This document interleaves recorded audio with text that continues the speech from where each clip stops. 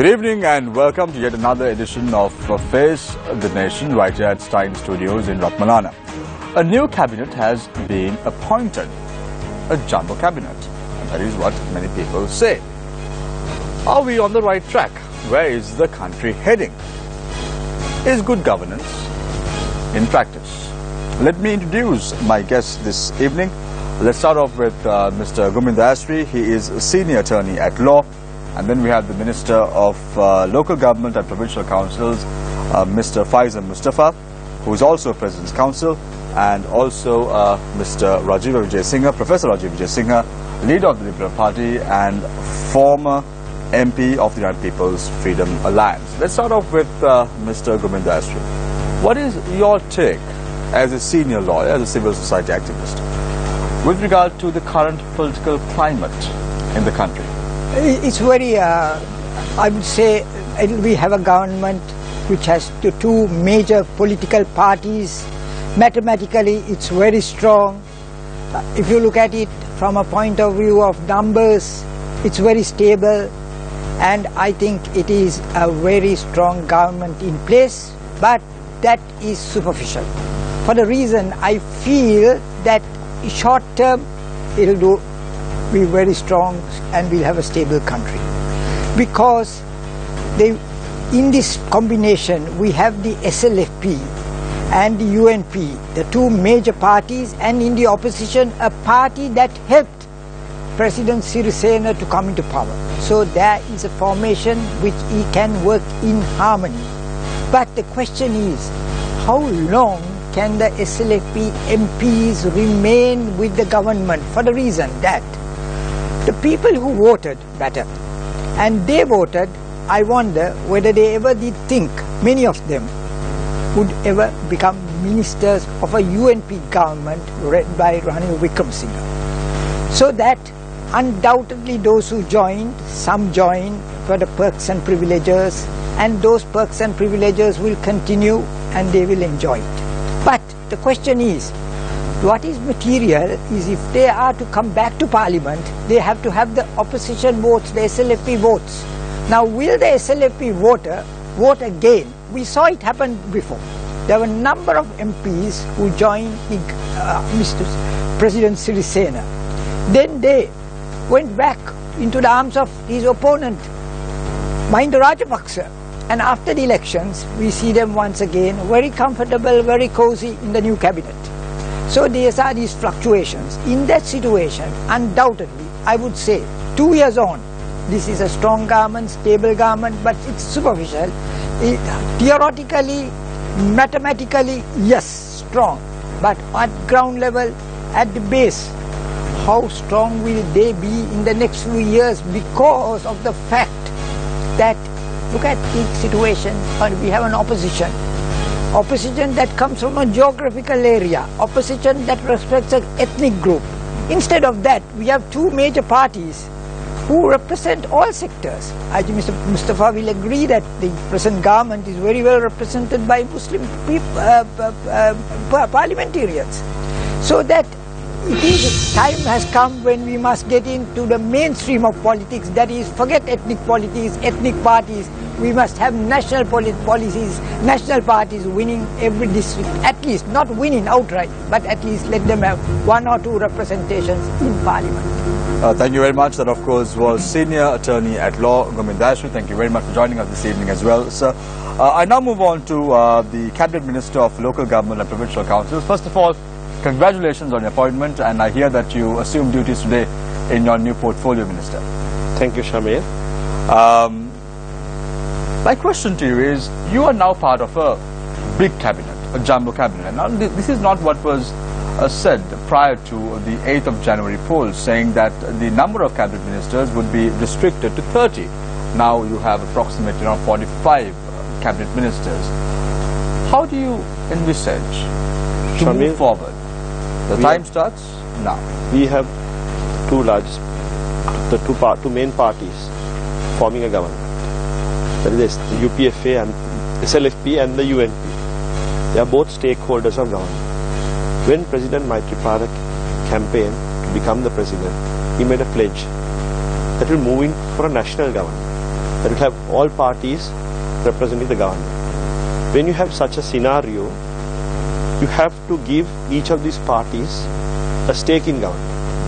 That is why when the 19th Amendment came about, it said two parties, the first and the second who the first and second highest majority joined to form a government, Parliament could decide how many should form a cabinet. So it's within the Constitution, what transpired with regards to the numbers in the cabinet. Therefore, you have to go back to the pledge given by President Maithripala Sirisena, and also nobody gave the UNP or the UPFA a majority. So President Maithripala Sirisena has to form a government, and to form a government, both the main parties have to join. So both those parties join, and there is a cabinet where it is President Maithripala Sirisena's government. It is not a UNP government, because the head of the cabinet is President Maithripala Sirisena. The United National Party got the highest number of seats, so the Prime Minister comes from that party, and the cabinet portfolios are divided. I mean, we have always gone in for confrontational politics. I think the MTV played a great role in getting right candidates in Parliament. I mean, forget about, but I believe that there's a young dynamic team in place. There are a lot of young parliamentarians now, so we should give them a chance. And also, if this government consists of a lot of parties, there are Muslim, Tamil, Sinhala representation. So, I mean, let us be hopeful. I mean, it's liquid. Like Mr. Dayasri pointed out, there are issues. I mean, they have to coexist together for the betterment of the country. President Maithripala very clearly stated that we have to think beyond party lines. I mean, normally when you are in the opposition, what do? You find issues and you raise issues and you try to come to power. But this is an opportunity for the country. The country will be the losers. Like Mr. Dayasri pointed out, I am against ethnic parties or regional parties. But then when the first and the second parties, who got the first and the second highest majority, form a government, and the third is the TNA, it's a democratic act. I mean, you can't have the UPFA having the leader of the opposition, because the UPFA has joined the government. So then you have to give Mr. Sambandhan a chance, and let's hope that the TNA will put the country first and the country's interest. Definitely there were issues at one point of time during the time of the LTT, how the TNA conducted itself. So there are, people may have certain suspicions, but I believe that we have moved away from that phase, and all of us will think as Sri Lankans and move forward. Thank you very much, Minister. That, of course, was Cabinet Minister of Local Government and Provincial Councils, President's Council, Mr. Faizer Mustafa. I now move on to Professor Raju Vijayasinghe. Professor, are we on the right track? Is good governance in practice? Your time starts now. Well, I have a rather paradoxical view of the situation. I think it's absolutely appalling. I think having such a large cabinet is bad. But at the same time, I think it is a much better situation than we had in the last couple of years. You know, as you know, I opposed President Mahinda Rajapaksa for the presidency because I thought, although he did a wonderful job in winning the war, that things had gone wrong. The wrong people were influencing it. I was glad President Sirisena was elected, but I'm afraid the government that we had for 6 months was a UNP government. And I think that was a pity, because the victory had gone to President Sirisena. And I think his manifesto was really quite a good manifesto, and it was almost completely ignored. So the fact that we now have not a UNP government, but a coalition government, is, I think, better than the alternative. My great fear during the election campaign was that the UNP would get a majority. And I think President Sirisena was right to give nomination to former President Rajapaksa, because all opinion polls showed that if he hadn't, President Rajapaksa might have stood independently and the SLFP would have been destroyed. So I think President Sirisena was right to try to resurrect the SLFP, because a UNP government under Ranil Wickremesinghe would have been a disaster. We can see it even from the fact that all the bright people in the UNP are not ministers. They're Ranil Wickremesinghe, Harsha De Silva, Sujima Senasinghe. You know, in Faizer talked about young people, Buddhika Pathiran. You know, it's the mixture as before. But having said that, I think it was a grave mistake to have put in that clause in the Constitution which allowed for the expansion of the cabinet, because frankly, anyone looking at the composition of the cabinet now finds it very funny. Perhaps no funnier than the cabinet of last year was as well. You know, many of the same people are there. But I think there was a fundamental problem in not recognizing that if there were a hung parliament and you needed a national government, people would have come anyway. Because, you know, people like being close to the center of power. Now, I think what we have now confirmed that both Vasantha Senanayak and I put forward when we were asked for suggestions for constitutional reform. I think we were amongst the very few who addressed the Parliamentary Select Committee. And we said that for a country like ours, if you have an executive presidency, you should not have the cabinet in Parliament. In any other country where there's an executive president, the cabinet is outside Parliament. This doesn't mean that good people who are elected to Parliament can't get in, but they give up their parliamentary seats. You see, here, you get all the perks possible. I think people must choose. Do you want to become a member of the legislature and do the job of the legislature, which we need to amend as was promised and it was never done, amendment of standing orders, or do you function in the executive, which you really should do independent of Parliament? Thank you very much, Professor. That was, of course, Professor Rajiv Jaisinghe, leader of the Liberal Party and also former MP of the United People's Freedom Alliance. So we now move on to the journalist round. Let me introduce our journalist this evening.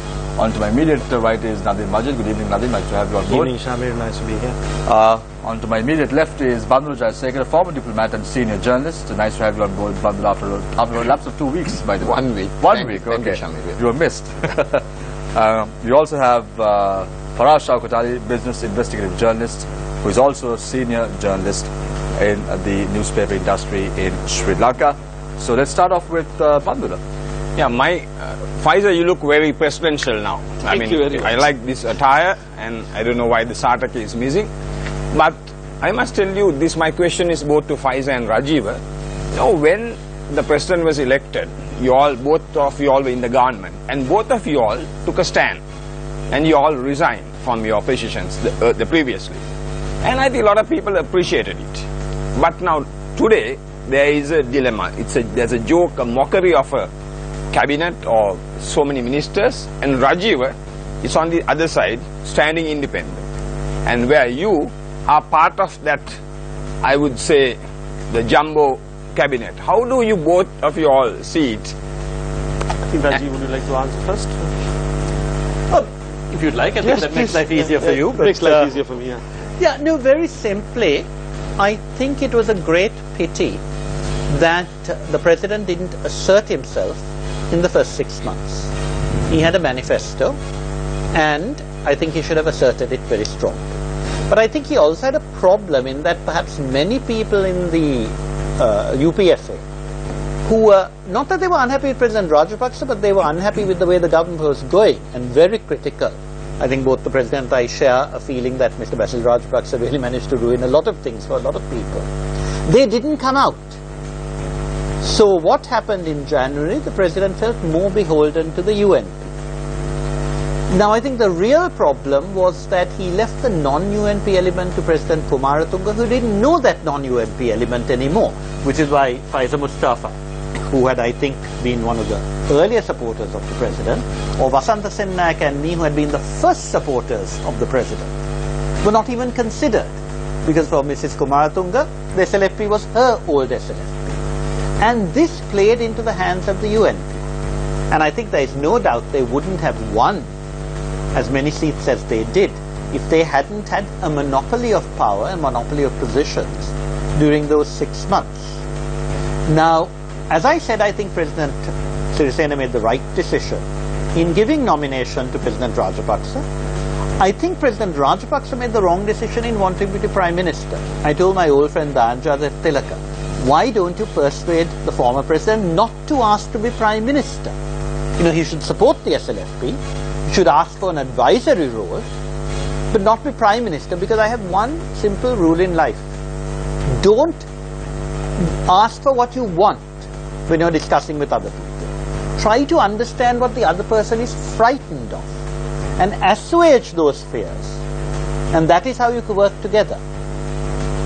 Now, unfortunately, what Dan told me is, no, he's a political animal, he wants to be Prime Minister. But I said he shouldn't be. The constitution makes the president the power. But I'm more asking about both of you all. The No, situation you're like. can I just finish? Yeah, 2 seconds. I think the question I is more- think what happened is that I assumed he'd done the right thing, and I thought that what he wanted was a slight UPFA majority, not 113, which I think was impossible. But I think within the UPFA, there was a lot of animosity, and I think that was wrong. I remember telling someone who said, you know, we're going to win and we must stop it. And I said, don't be silly. You must stick together, otherwise you're not going to get a majority. Now, if it hadn't been for two things, one is the infighting within the UPFA, and two, the president's reaction to that infighting, you know, when he sacked all the secretaries, I think the UPFA would have got 100 seats, and that would have strengthened the president's position. But as it is, I'm afraid that the UNP came out on top, and substantially on top. What is your take, Minister? Bandula, first, shall I answer Bandula's question? Yes, please, first yes. About why I left the government. I mean, I was appointed a state minister. There were no specific duties gazetted under me. And I thought the cabinet minister could do my functions as well. So it was a principal stand I took. It was not whether I was given a portfolio or not. If I was given a portfolio, I want the power to work for the people. So that's the reason I opted out. With regard to President Mahinda Rajapaksa contesting the general elections, I think he made a great mistake for himself and for the party. Because President Maithripala Sirisena very clearly told him, you support the party from out, allow me to lead the campaign, I will assure the UPFA winning. If you go back to history, every president, after they finished their term as the president, they stepped down. But here President Mahinda Rajapaksa, after he was defeated as the president, wanted to be the prime minister. So this created a problem within the party. And there was going to be two factions. President Maithripala gave him nomination to prevent that. But I'm sure if President Maithripala led the SLFP with President Mahinda Rajapaksa without contesting, supported him, we would have had a majority. But now we have a hung parliament and we have two parties who have formed a national government. Let's move on. There is no point in going backwards. We all have great expectations for the country. And here, when there is a hung parliament, we all have to think about the future, and there is sacrifices to be made by everyone. Could you work well with Ranil Wickremesinghe? Here, the president of the country is President Maithripala Sirisena. He has opted to make Ranil Wickremesinghe the prime minister. I respect his decision, and I yet say it's a government of President Maithripala Sirisena, and that Ranil Wickremesinghe, Prime Minister Ranil Wickremesinghe, is under President Maithripala Sirisena. We saw a similar situation in the year 2001, Minister, where President Chandrika Bandaranaike Kumaratunga was representing the Sri Lanka Freedom Party and was the president at that point. And then we saw Ranil Wickremesinghe contesting the general elections and being appointed as the Prime Minister. However, that parliament did not last. Where the UNP got a simple majority. Here, Maithripala Sirisena has had to form a national government because nobody got a simple majority. So it is President Maithripala Sirisena's government. He has confidence in Prime Minister Ranil Wickremesinghe. If he has confidence, we have confidence as well, because he is the leader of our party, he is the executive president, and he has decided to appoint president. So I am very hopeful that things will work out. Mr. Dasri, I want to ask you this question because you're the civil society actor in this discussion. I read an interesting article online a few days ago, which cited the August 17 general election as a historic election where the voters of Sri Lanka lost.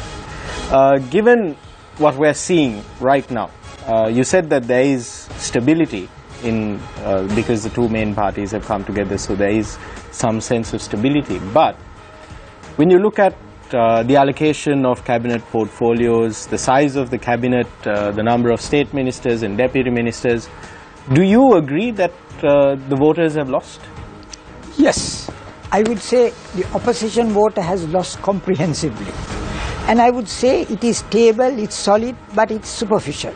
And I think I gave my answer in the first round. But what do you mean by superficial? Superficial means, is this a real, genuine coalition? Or is it a makeshift coalition that people have got to get perks and privileges? You know the kind of benefits that parliamentarians acquire when they get cabinet portfolios and such other benefits. So that one has to see if they had the same political philosophy, if they were part and parcel of the SLFP or the UNP, then you are quite sure that they have some kind of philosophy. But here there's a merger of the two competing forces. And to me it looks, because of the fact that nobody was able to emerge victoriously to get that magic number of 113. But you see, there is a major inherent deficiency in our constitution, the new constitution, 19th Amendment.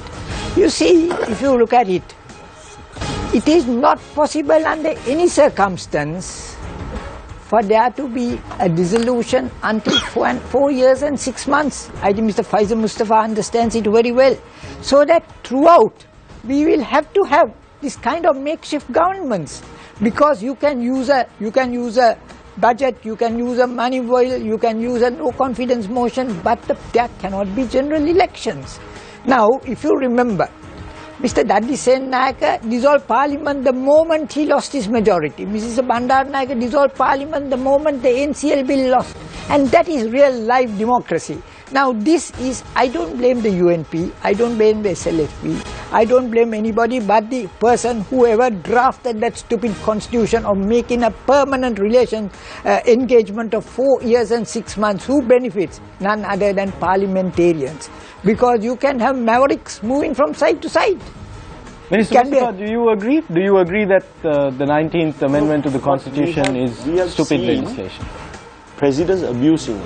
1 year when a government is trying to take off, you get the president, if he's on the other side, in the other camp, dissolving it, trying to get a majority. We saw that when the JVP and the UPFA formed an alliance and was running the country. President Chandrika Bandaranaike thought, no, when the UNP was administering it for 2 years, she thought it was right to dissolve, to capture power. So there are arguments for both. But this amendment was brought about, and Rajiv and I voted for it, so I mean we have to stand by it. I mean, I agree with Mr. Dasi, some of his views expressed about that. The reason for it is presidents were dissolving parliament at the whim and fancy. Now the Minister of Justice has said that let's move on to Faraz now. Faraz has been wanting to ask a question. Indeed, from the time he walked in the studios. Mr. Gomin said mathematically strong. So, Minister, ideologically, how many poles apart, the SLFP and the UNP? Ideologically, President Maithripala Sirisena, he is the leader of the SLFP and the UPFA now. Ranil Wickremesinghe is leading the UNP. They both decided that they could form a national government. Ideologically, I don't think there are differences. We look at more of a social welfare state. The UNP is more capitalist in their thinking. But today we could merge the minds. I believe we could do so in the interest of the country. We know that there was a free economy. We moved from what we had earlier. So I'm sure with times even the JVP has moved from the position they were in earlier. They also have changed their thing with times. So I don't think ideologically there is a problem. So you feel this will last beyond the 2 years then? I'm hopeful. Also, for us there would be issues. Continuously there will be issues because it's very difficult. It's a very difficult marriage. But I believe that in the interest of the country we have to work together, and however difficult it is, the problem is we always think about our party first. How do we capture? If the SLFP or the UMP is thinking of jabbing all the cabinet portfolios and forming a government, if they go with that mindset, then we're not going to move forward. But even with this cabinet, the UPF have been given some important portfolios, the UMP has. Not like the division done earlier. So I believe with this division, if we can all work together. And now today I have a deputy minister who contested from the UN. Most ministries it is like that. If we could work together even at the ministry level, because we need to coexist. There is a compulsion because there is a marriage for 4.5 years. Minister, you said about working together, but we saw the manner in which how a deputy minister exchanged their portfolios due to the reasons not known to many of us. What was the reason behind this? Is it a commodity to exchange when you get a portfolio? Shamir, if a minister is of the view that he could handle another portfolio better, and he goes up to His Excellency the President and says, if there is no objection, please give me this portfolio. I'm more suited to handle that I mean, the media blew it out of proportion. What's wrong? I mean, here, there are two deputy ministers. Let's say, Minister, you don't like a particular portfolio. You speak to another minister and say, can we exchange portfolios? And is that what you're trying to say? Shamir, if I feel that my expertise could be utilized for a better portfolio or a different portfolio, and if it's done through consensus, there is I have no absolute right. But if His Excellency the President agrees with me, and he says, okay, I'll give the other portfolio and you have another portfolio, I mean, there's nothing. Minister, let's talk about democratic. What Shamir said. Now, this is very interesting what you said, the changing. Do you think that Harsha De Silva can exchanges with Malik Samaravikram? Do you think that's possible? Can I tell you? That is what I said. If His Excellency the President is of the view, if anybody can make a request. And if that's possible with Malik Samaravikram and Harsh? I mean, why are you going there? Now today, it's very important place. No, why are you comparing Malik Samaravikrama and Harsha De Silva? Harsha is better. This is what we feel. That is what you feel. I mean, it is up. I think, it's a very personal judgment of yours. Shamir, can I just interrupt? The UNP portfolios were decided by the Honourable Prime Minister Ranil Wickremesinghe. The UPFA portfolios were decided by His Excellency the President. So I can't speak with regard to the portfolios given by the UNP. But Minister, let's talk about democratic fundamentals, right? Both Mr. Dayasri and Professor Raja Vijayasinghe were talking about the 19th Amendment, its weaknesses, etc., etc. Let's talk about the separation of powers, the foundation of Yahapalne, good governance.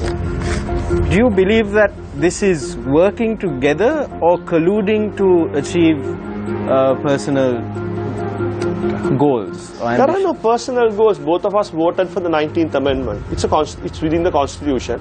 If both parties have to form a national government, there are sacrifices which have to be made. And in terms of the Constitution... Are these sacrifices in the best interest of the Democratic Socialist Republic of Sri Lanka? If you can't form a national government with 30 ministries, and if there's a need to increase it, to get all stakeholders to be a part of it, and if it works, it's good. I mean, everybody is shouting about jumbo cabinets. In the past, without approval from Parliament, there were jumbo cabinets. So everything is relative. Now here, we followed a very democratic process. We went to Parliament, got the approval, and then a Parliament that is controlled by the executive. It's not a question. Everything one could say is controlled, but every parliamentarian had a right to vote or oppose it. Professor. I just wanted to make the point that you made first, that the manifesto pledged a cabinet of 30. And I believe that if you make a promise, you must keep it. I think the 19th Amendment should have stuck to that promise. When the addition was made for national government, and incidentally, I think there's a very strong question because this is not a national government, it's a coalition government. I happen to believe a coalition government is a good thing at this point. But I don't think the expansion of the cabinet is a good thing, and I want it on record that I proposed an amendment that this clause should not have been there. That the limit of 30 which we promised in the manifesto we should have stuck to, and I firmly believe that in the present context where neither party got a majority, given President Sirisena's determination to bring both parties together, he could have succeeded with a limit of 30. And the real problem is you can even see it now. They made this arbitrary figure of 48 and 45. Now they are scrambling around to find people to fill that 48 and 45. And I think you're going to have, I think the minister is quite lucky because both he and his deputy are, when you talked about ideological, I think both of them have the capacity to think ideologically. But I think there are some wonderfully strange marriages which I can only put down to a rather whimsical sense of humor. Rajiv, can I just say, but we should give those marriages a chance. I mean, why are we preempting something? Let's see, in politics, you never know, people can work together. But why are we being so pessimistic to give the government a chance. I'm not saying don't give them a chance. We have to give them a chance for 4.5 years. My simple point is anyone looking at it will find certain things whimsical. Let us rejoice at the good things, but let's not pretend that certain marriages are not incredibly amazing. Give the marriages a chance. We're now going for a short commercial break. When we come back for us, you definitely could answer or pose your questions to the Minister, Professor Rajiv Jayasinghe, and also Attorney at Law, Govinda Astri. We're now going for a short commercial break. When we come back, it's more about the marriages.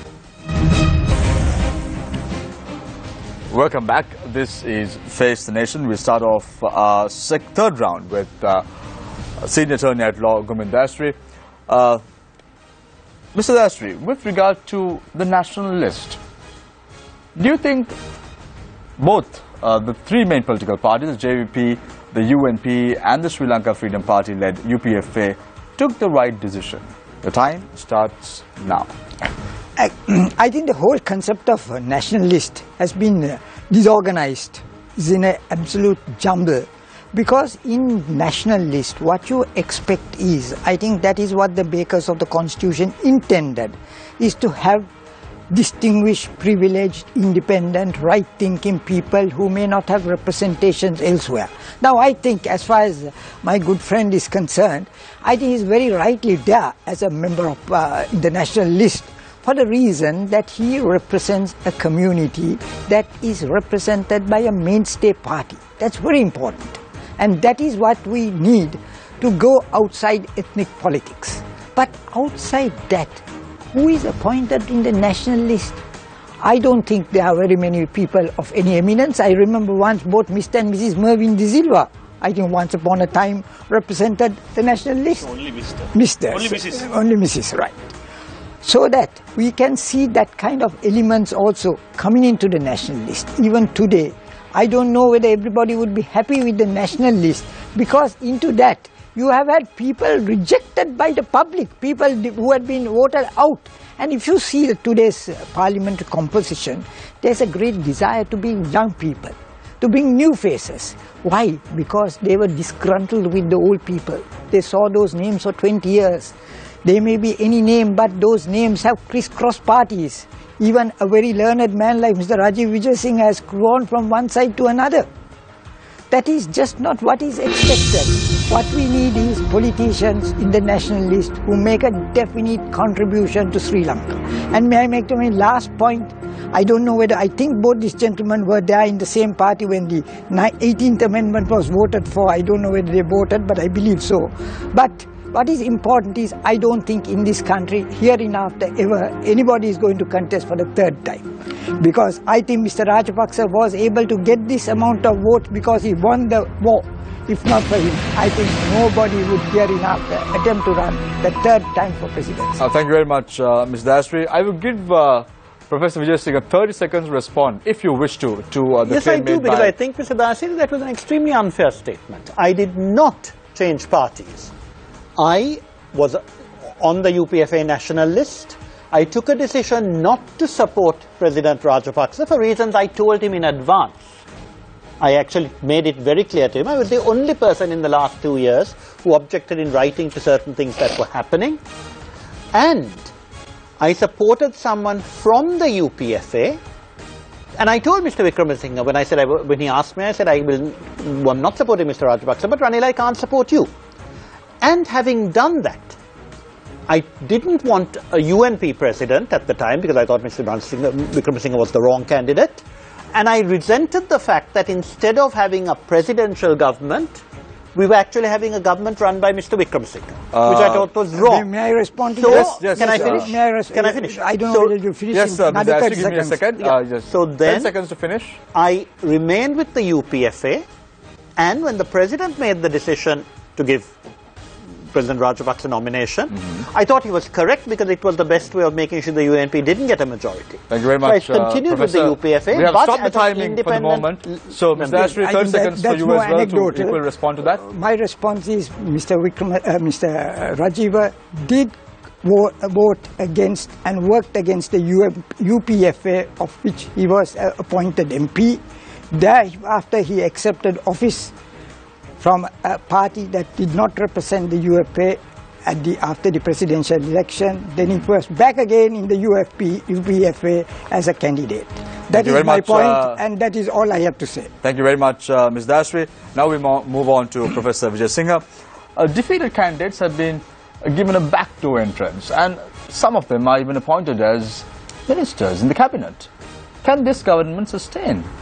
The time starts now. I think the problem is that, as Pfizer said, it is constitutional to appoint defeated candidates. I think, however, that is a provision that should be made use of exceptionally. And I think it was a pity that quite so many were appointed, because it took away from what I think is a good reason. I have always believed that when discretion is exercised, it must be exercised with reason. And I think, had the UPFA leadership said very clearly, we need to appoint a couple of defeated candidates for the following reasons, like the TNA did, or the UNP did, explaining why it appointed someone. But I think to make the bulk of the list defeated candidates actually was a mistake, which I think was a pity for the UPFA. It's constitutional. But my second point is, when you think of the national list, I think it also would make sense if it was something like the old Senate, where there was a limit on the ministers from the national list. If you are going to have a system where it has to be parliamentarians, as you know, I have canvassed against that. I think all members of ministers should not be in parliament. Even if they're elected, they should resign. But if you have a Westminster-style system and you have a national list, you must limit the number, and perhaps not even allow anyone who is not a defeated candidate to be a minister. Because then you're actually getting what was intended with the national list, with people who contribute to legislation, to committees, to financial oversight, because they are professional expertise. But one final point, I think if you want to have a national government, you should not imagine that the only way of attracting people is by giving them ministers. Way back in January, I told the Minister for Good Governance, cut the perks of a minister. Because as we know, many ministers want to be there for the perks. You know, when Pfizer talked about people wanting a particular portfolio, some of them don't even mind which portfolio they get, so long as they get the perks. Some of them don't even go to office. Not every day, certainly. So I think if you give more perks to parliamentarians and cut down the perks, you will stop this relentless thrust to become a minister. And you will actually give more respect to the members of parliament doing their function as parliamentarians. Thank you very much, Professor Vijay Singha. I now move on to Minister of Local Government and Provincial Councils, President's Council, Mr. Faiza Mustafa. What does this government envisage to achieve in the next 5 years? We saw the former government saying that they want to make Sri Lanka the miracle of Asia, but this government, there is no objective as such. The time starts now. Shamir, can I have first permission to answering a question related to the national list? I think the UPFA, Rajiv raised certain issues about the UPFA national list. Yes, I can give you 30 seconds, I think I'll need a little more than that, Shamir, in answering that question, because from the viewer's point of view and the point I have given 30 seconds to Professor Vijay Singh and also... And from the point of President Maithripala Sirisena, that is important. UPFA, there was a conspiracy to defeat certain candidates who were supporting President Maithripala Sirisena. If you look at S.B. Dissanayake, if you look at some of the ministers who lost, Mahinda Samarasinghe, they were leaders in those areas. But there were conspiracy where certain interested individuals wanted to defeat them. So President Maithripala Sirisena had to bring them to parliament.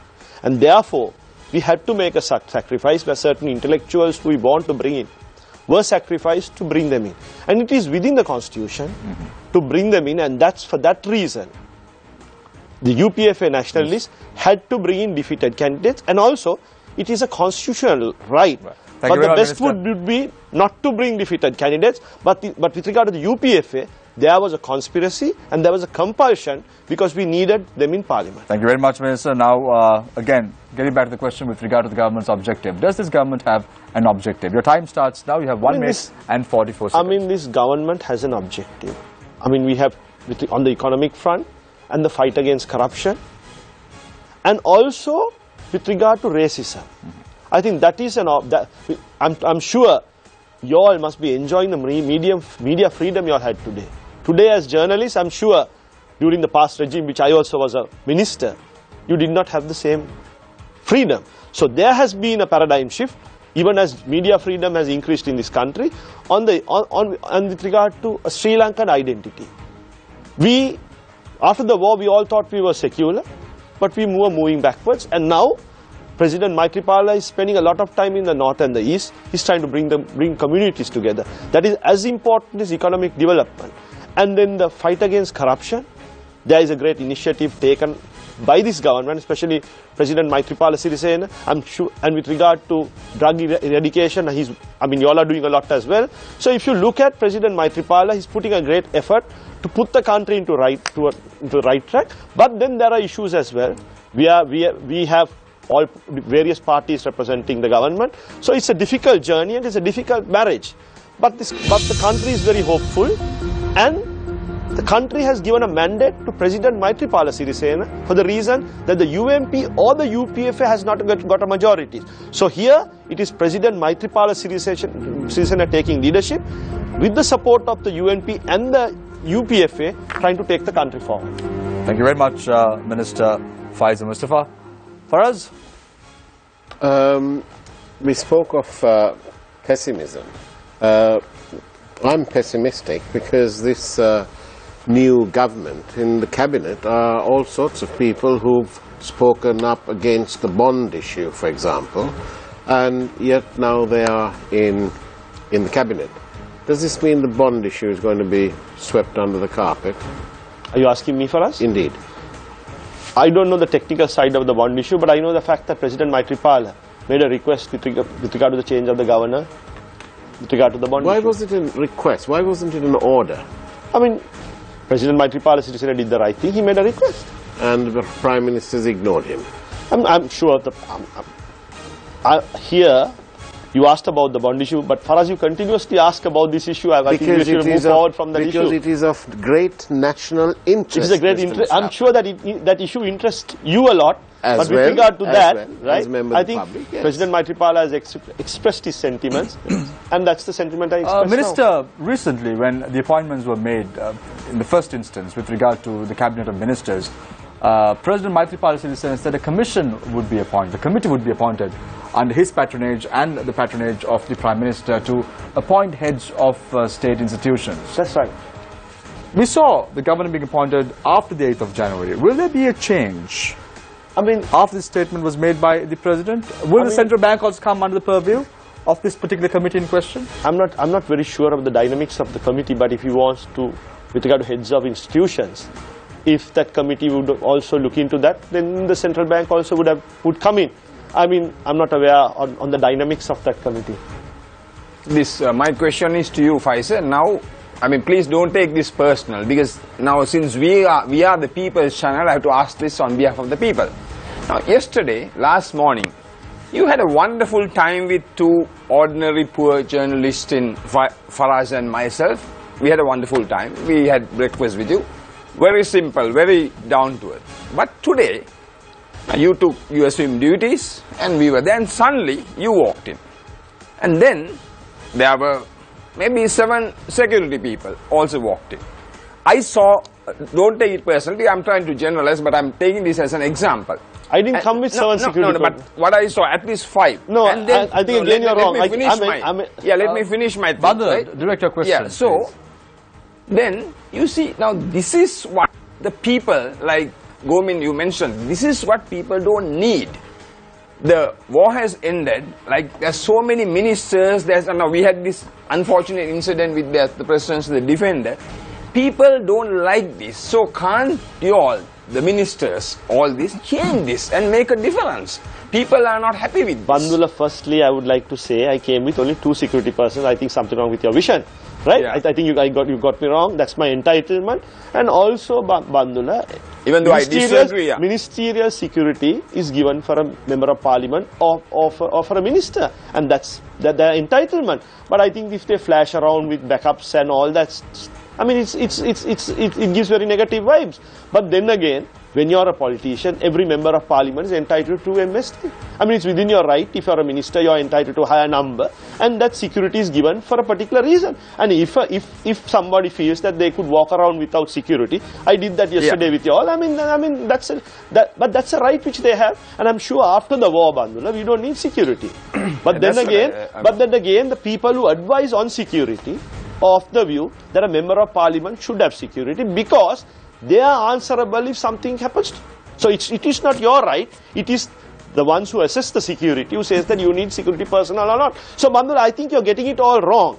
In all over the world, members of parliament, if there is a requirement of having security, they are given security. No, I'm not getting it wrong, but I'm talking of the Sri Lankan situation, which is terrible. Like India, they categorize, but it is not. It's abused and it's used to Bandula, get to a place fast. That's what every minister is given a security vehicle because that is a right given to them. So if they want to use it, they can use it. If they don't want to use it, but these are not issues, Bandura, which should be. No, these are issues which you don't understand. These are issues for the masses. If they abuse, yes. If they abuse, yes, but I have never abused. No, I never said it. Bandula, the way you portrayed myself, that I walked in with a hell of a lot of security. I told you not to take it. No, I'm not taking. No, I mean, you brought the wrong example. I can also tell you one thing, Bandula. During the LTT time, I had 43 in my. I was in the LTT hit list. Right? I had STF. Why was it given? There was a security assessment done on me. So, I mean, that time, the security. The ones who assess security thought there was a need. Well, I was one of the few minorities who attacked the LTT, and for that reason I was given. I mean, I don't think if somebody is flaunting their security, that's a different issue, man. Correct. Mr. Dasri, I'd like to move on from this issue of security. We're talking about the national list, and Professor Rajiv Vijay Singh also mentioned the Senate, which used to exist in Sri Lanka. There's a perception that the national list was brought in to fill in a vacuum that was left behind by the Senate, like you said, to have learned, right-thinking people in Parliament. Do you think that Sri Lanka now, that one of our priorities in this drive to ensure good governance, that we should reintroduce the bicameral legislature? I don't think so, because of the expense involved and the usefulness of it. I think this country has too many elected representatives. We got a whole lot of provincial councillors because of the unnecessary 13th Amendment. The whole purpose of the 13th Amendment was to bring, if possible, Prabhakaran into mainstream of politics. That failed because Prabhakaran never took to it. And as a result, we are still landed with this white elephant. Now, if we have another legislature, all that it would mean is that there cannot be just 25 members. It will be a large body. I think it's better to have in Parliament that category of persons definitely nominated by the respective parties. I don't think anything is wrong with the system. It is how the parties have now adopted the system by bringing in defeated candidates. I don't agree with Mr. Rajiv Vijay Singh. Just one or two exceptions are possible. If the people defeat a candidate, the president has no prerogative or preference to elect him through the back door. That is, you are going against Yahapalana or democracy or any principle known in law. Because these are people who have been in Parliament for long years. Most of them who have been defeated are not long-standing members. As Minister Mustafa said, let's say that there was a conspiracy to defeat certain candidates, like for example Minister Mahinda Samarasinghe or SB Disanayak or Lakshman Yapa Abhiwardena from the Mathura district, a quite prominent person in the Mathura district. If there is such a situation, isn't the President vested with a prerogative to ensure that there is redress? Can I put the question back to you? Do people conspire? It's the people's choice. People have every right to determine. Facts have been pressed. Are you saying that the people are conspiring against certain ministers? What is the conspiracy? To send them out of Parliament. What does the President do? Bring them to the back door? I don't agree with you at all. Mr. Mustafa, what do you have to say to that? Can I, with your permission, answer this question? I mean, as a politician, I look at this differently. If you look at statistically or you look at past performance of Lakshman Yapa, SB, Mahinda Samarasinghe, they have always come first or second in a district. So if you have generally come first or second in a district, there is a very, very remote chance that you will be defeated unless there was a conspiracy. During the past election, those who... But just one, I'll just make an addition to put it in context. Just one statement to put it in context. There was a feeling that President Mahinda Rajapaksa would cruise to victory at the 2008 January election as well. Did the people conspire against him too? No, that conspiracy within is different. It is more dangerous. Conspiracy from out, anybody could face it. When somebody is within, comes and stabs you behind the back, it's a different scenario. Here, there were certain persons who had certain interests. If you supported or you were with President Maithripala Sirisena, that was a disqualification. They went around the country, said that they are supportive of the United National Party. You know, at grassroots level, in Sri Lanka, a UMP's enemy is the SLFP. The SLFP, at grassroots level, it is the UNP. And there were leaflets. They did everything when they went to stage, went on the UPFA platform, where President Mahinda, former President Maithripala participated. They were hooted. And at meetings, their numbers were not read. So in that scenario, there was a conspiracy to defeat them, whilst what was expected that the whole campaign would be won. There was a clear division of in the campaign, and there was one group whose main target was to see that they were defeated. And President Maithripala Sirisena had an obligation, because they were defeated because they supported President Maithripala Sirisena. So if that was the case, there was an obligation to bring them to Parliament, because they lost. Not that they were not for the reason they were not suitable, but because they were with President Maithripala Sirisena. And that's why we had to sacrifice our national list, whereas we have listed intellectuals, we had to bring some of the defeated candidates, which is within our constitutional right. Now my question is to Gomin and to... Can I answer that question, please? Now look at it. I think he establishes my point, which I made at the very beginning, that this government is weak because there are SLFPs who may have to decide in time to come how the people are going to vote. Now these are people, as my learned friend correctly said, came first, now not in the list. Why? All facts are presented to the people. People who voted against them are the people of the SLFP. They have completely ruined them. To send them out of Parliament. The President brings them back. Candidates who are defeated, who came first and then out of the list, they have a problem next time. How are they going to get into the list once again with those same voters? That's my question. That's Professor, very quickly, you can. I'll give you a minute or so to respond to that question. Well, it's not really a response. It's just saying very clearly that one of the problems is this mad electoral system. Whether you call it a conspiracy or not, I think Faisal did have a point that within the UPFA there were people who were doing infighting and telling people not to vote, and I think that was foolish of them, because I think it lessened the whole UPFA vote in general. Now, whether or not there should have been a decision as to A or B or C would have got in and X or Y or Z wouldn't have got in, seems to me to be inappropriate. I think you can make a decision with regard to perhaps one or two, but also explain why you feel they need to be in Parliament to fulfill a purpose. I think 7 was excessive, and I don't think you can say that all 7 would have got in necessarily. But I take the point that what happened was wrong. But the whole point is the pledge in the President's manifesto was to change this electoral system, to have a system of constituencies where the party selects somebody and then they have to vote for that person. You don't get the infighting. We all knew there was infighting even before this happened. People were fighting each other for manapas. That system was a wrong system. It's expensive. We should have got rid of it in January. Reverend Sobita told me in January, later on, he said our big mistake was we didn't insist on the manifesto. I'm afraid President Sobita has made the same, Reverend Sobita has made the same mistake this time. He signed for something called Yapalanaya, then he forgot all about it, and now he's complaining. Right. I think you have to insist on promises being kept. Right. My question is to Gomin and to Rajiva. Now, the respected Faisal Mustafa said about conspiracies and backstabbing. Don't you think, my question is not to Faisal but to Gomin and to Rajiva, but don't you think that this backstabbing and the conspiracy started when the UPF and the SLFP secretaries were removed 2 days or 3 days before? What do you think, Rajiva and Gomin? What do you think? That's where it started. Yeah, I'll come after Rajiva. Yeah, no, I thought that was an error.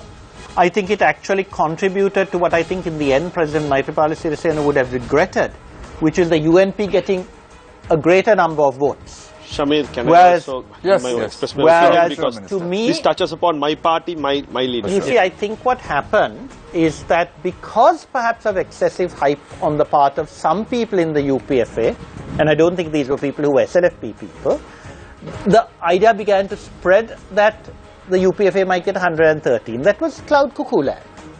But that created a sense of fear, which led to this reaction. The result was that I think the UPFA got fewer seats than I think the president would have liked. I think personally, I believe he would have liked them to have had around 100. That would have allowed a fairer division. So because of this panic or whatever, maybe it was a prophylactic measure. I think that actually went against the SLFP. I think it was a mistake because until that happened, until you got a, what's it called, a court order at the last minute, until then, no one had doubted President Sirisena's commitment to transparency and good government. But as I said, I think there was a certain amount of fear caused by excessors of people who were, as Pfizer said, engaging in, within inverted commas, a conspiracy. But I think it actually went against as far as I am concerned, I think politicians are conspiring all the time. From beginning to end, it's one conspirational exercise. So I don't think we can put a full stop or a comma and say conspiracy starts at this point. That's not the issue. To me, I look at it this way. Here are people who have been rejected by the people. They are not only appointed as appointed MPs, they are not appointed as deputy ministers or state ministers. They are made cabinet ministers. It's not a double promotion, it's a triple promotion. Minister? Firstly, Mr. Dasiri's comment about politicians. If people of great eminence like Mr. Dasiri took to politics, we could have changed the present scenario. No. I mean, it's people like Mr. Dasiri and also my father who always complain about politicians in this country, but they never want to get into the system. So it is very easy being out and commenting about politicians. So I would also appeal at this, using your show, all who want to comment about the politicians in this country, come on board, contest an election, be in parliament and be part of the change, because being outside and criticizing, it is not fair. Because we also have made certain sacrifices to be politicians. People talk about perks. I have a legal career, but I opted to do politics because I believe that I could do something for the country. And now I'll come to the main point about the conspiracy about removing the general secretaries of two parties. Every party has a constitution. Every leader they believe that they should have a general secretary who they have confidence. If they feel that if they don't have confidence in the general secretary, and if it is within the constitution to remove the general secretary, he has the constitutional right to do so. So removing a general secretary when you believe that he shouldn't be there is not a conspiracy, because nobody challenged their removal. So if you say that they have been removed wrongfully, you have a courts of our country to challenge it. So with regard to saying it was a conspiracy to remove the general secretaries, I don't think President Maithripala Sirisena will engage in any conspiracy, because he has got the mandate from the UNP, the SLFP, the JVP, the TNA, the Muslim Congress. He fought against state machinery. He fought against a person who used state machinery to the utmost. And the people of the country gave him a mandate. And I would very clearly state that he will not engage in conspiracy. Minister, with regard to the statement that was made by Vasudeva Nanayakkar, who was elected from the Ratnapura district, he said to the Speaker on the inaugural sessions of Parliament that he would realize later that there would be an opposition within the opposition. Does that mean the SLFP is still split? I mean, everybody is entitled to their comment. President Maithripala Sirisena made a split, yes or no? No. He made a clear statement. You could be in government or you could sit in the opposition. But the General Secretary of the UPFA has to communicate that the UPFA wants to be in the opposition. Here, when the UPFA is in government, members of government has always sat in opposition. Members of opposition have sat in government. But with regard to that, Vasudeva Nanayakkar, even though the UPFA decided to be part of the government, he opted to sit in the opposition, and the president gave him that right. What is the role of former President Mahinda Rajapaksa, who is now the Kurunegala district parliamentarian? I mean, he's an ordinary MP, but he's a great leader. He won the war for this country. What is his role in the SLFP? What is his role in parliament? I mean, he's an advisor to the President. Chandrika Bandaranaike is also an advisor. He's part of the SLFP, and I'm sure he'll work to the betterment of the party. All of us have a role in the party, is to strengthen the party and make the party victorious at the next election. Minister Mustafa, about your comment about the President not having confidence in the General Secretaries of the SLFP and the UPFA, it appears that the President did have enough confidence to appoint them as cabinet ministers, though. Yes, Nadeem, you have to get your equation right. Being a General Secretary of the party and being a cabinet minister is a different role. I may think you're capable to run a ministry. I mean, you could carry out that function. But with regard to giving political leadership or being the General Secretary, those are two different scenarios, Nadeem. So there is no correlation. It wasn't done as a pacification. I don't think President Maithripala Sirisena needs to pacify anybody. He's the leader of the UPFA and he's the leader of the SLFP, and the whole party is behind it. Did the former General Secretaries conspire against the President? I mean, was that the reason to remove them? I don't think there is a thing. I don't know whether I wouldn't say it's a conspiracy, but the issue is, Shamir, the confidence.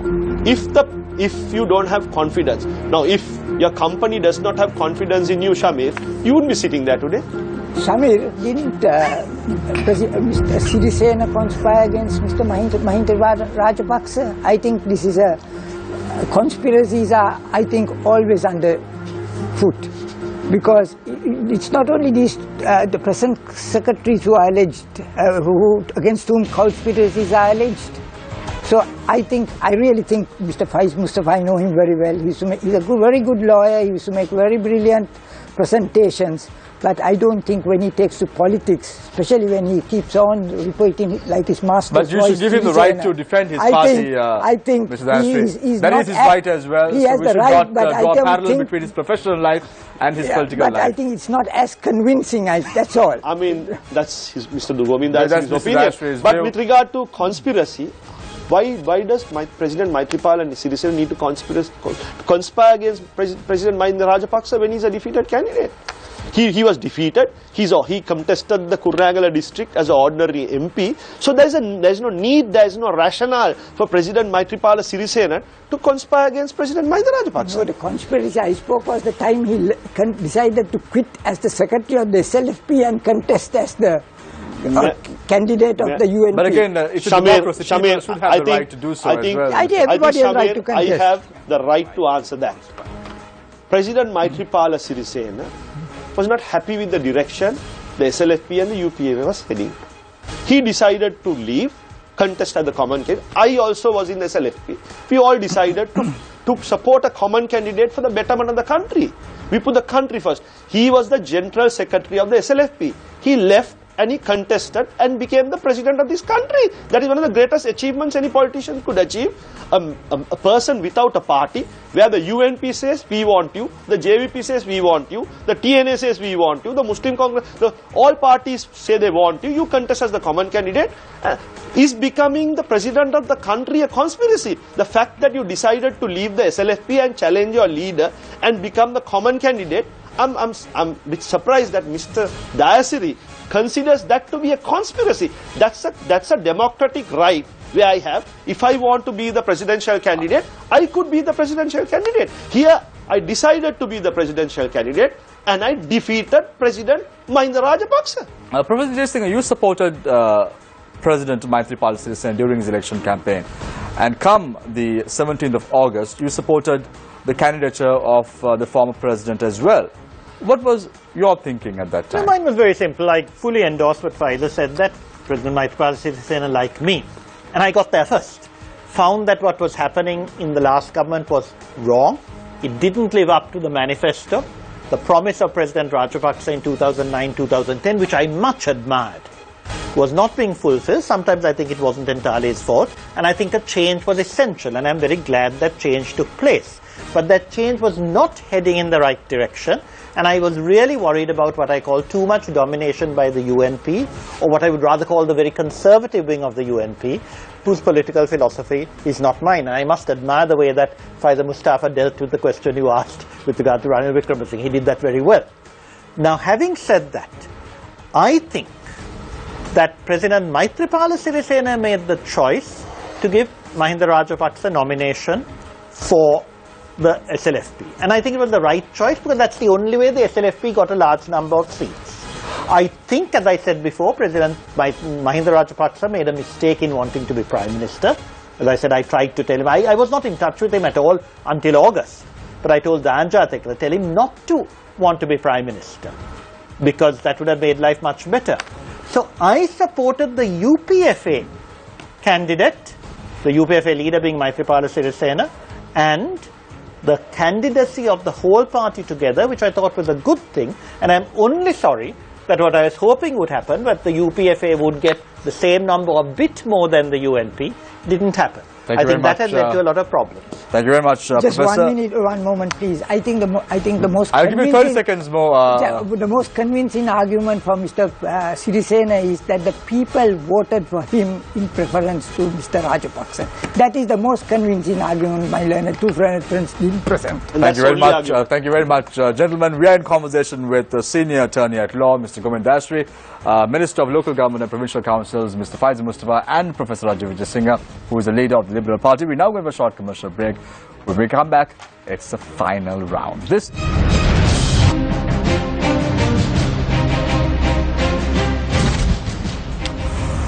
Welcome back. This is Face the Nation, the final round. I move on to Professor Rajiv Vijayasinghe. What is the way forward for a country like Sri Lanka? The time starts now. I think the way forward is structural and systemic change. And that was what was pledged in the January manifesto, and which was ignored. I'm glad that it has been mentioned again recently, and I think we need to concentrate on that. Faiz actually told me that, one of the reasons I wasn't put into Parliament was that my support for the UPFA was misrepresented. And Faiz was very kind enough to... I never said that, Rajiv. I think you got misconstrued. No. I said the perception would have been... Right. I mean, nobody said that, Rajiv. Professor, so I think your final... right. You have your final say. You have 1 minute and 40 seconds. No, let's put it this way. He said there were perceptions that what I was doing was supporting something. It was a perception with... there are certain quarters... Minister, I would appreciate if you can... I will go on, but I'm being interrupted. Rajiv, Ministers are entitled to interrupt. Shami, references were made to me with regard to a certain perception. So, final round. This is the final round. Well, so Faisal told me about these perceptions. Can debate your points but I think the point I made right through the campaign was the importance of the manifesto. And I think I was the only one to do it. Very few people in the UPFA did it, very few people in the UNP did it. And the reason I think that's so important is because fulfilling that manifesto would solve a lot of the problems you all brought up. Our whole electoral system is an absolute mess. The commitment in the manifesto should have been fulfilled by April as we promised. The changing of standing orders, the code of conduct, because the code of conduct would take away a lot from these demands of people to get ministerial positions. So I think the way forward is structural and systemic change that I hope will be promoted. I think we also need to go back to fundamentals, which is what you said at the beginning, the division of power. We need to, separation of powers. We need to make sure that people who are in the executive fulfill their duties in the best interests of the country. And that is why even consultation about ministry should happen before. I take Faisal's point, people should do what they want to do. But why is there never any consultation before? When you look at these lists, you can say, but why have they got this position? And I think if they had some input, they would actually have a better executive. And then you could release the legislature for its primary function of legislation and financial oversight and policy making. Thank you very much, Professor Rajiv Vijayasinghe. I now move on to senior lawyer, Mr. Govind Dasri. Is there a threat of international countries like the Western powers and even the Asian powers infiltrating Sri Lanka's position right now, infiltrating Sri Lankan politics at this point of time, because we see the Prime Minister undertaking a visit to India on Sunday? What is your message to the government? I think it really, all this comes out of Geneva, the war crimes. I think the government is on an enlightened policy of having domestic inquiries. That is very good, because any charge must be inquired into. And that is a grave error that the last government made, because if they had those investigations in the early days, right at the beginning, as I always advocated, then this would have been all over. Because if I were Gotabaya Rajapaksa, I would have held myself as the first accused and taken the whole responsibility. And I think the people would have rallied and he would have been a hero. But forget that for a moment. What is important is now the West is trying to help us. Are they really trying to help us? Do they have their agendas? That is what we must ponder. We must be very careful. It may be domestic inquiries, but it must be domestic inquiries according to our laws, according to our system of the judiciary and the present system of law that exists. All that we need is natural justice. There must be transparency, but no foreign interference. The government must be very strong on that. And provided that is there, domestic inquiries must be held. People, if they are guilty, they should be charged. But remember, this is a country that has given an amnesty to so many. We could, as the South American countries did, give an amnesty, if necessary, even to our military. So what we need now is careful thinking. And in that respect, my final words is, we are a very fortunate country because we have a very intelligent electorate. I think the most intelligent people are the people who voted, they have voted sensibly. And also, a lot of credit must go to the election commissioner for being able to hold an election that has been now declared as free and fair.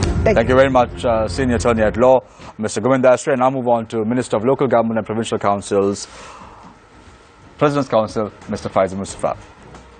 Where do you position Sri Lanka in the next 5 years? What can the Sri Lankan people who voted in this government, the President, expect in the next 5 years? Your time starts now.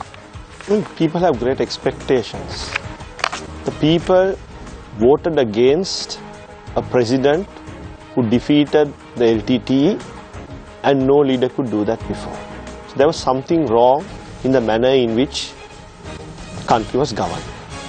And if you look at the manifesto of President Maithripala Sirisena, he said he would curtail the powers of the executive president, which he did. He brought in the 19th Amendment, which no other president would have done. All presidents, once they elected, they forgot about the constitution with regard to pruning their powers. So now how do we position the country? A country free of corruption, development in every quarter of the country, country to be secular. That is, I mean, there is no point in having development if we are not a secular nation. So how I position Sri Lanka is a collective effort by all, and also a country where petty political differences are no more. Here, that is a very, very difficult task, Samir.